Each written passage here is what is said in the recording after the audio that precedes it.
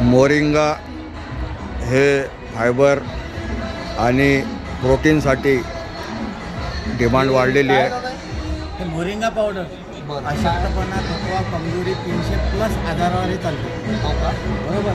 आणि हे आपली जे मोरिंगा आहे शुद्ध पानं वाळवून सुकवून. मोरिंगा म्हणजे नेमकं शेवग्याच्या पानाची पावडर. शेवग्याच्या पानाची पावडर. बरं, शिवाय याच्याशिवाय अजून कोणकोणत्या पावडर तुम्ही करतात? याच्याशिवाय आपल्याकडे आहे hibiscus powder, carrot powder, beetroot powder, कारले पावडर, अशा वेगवेगळ्या प्रकारच्या पावडर आपल्याकडे उपलब्ध आहे. म्हणजे जे माकड आहे, माकड जे जे पाला खाते ते पाला आपण खाल्ला तर काही हरकत नाही.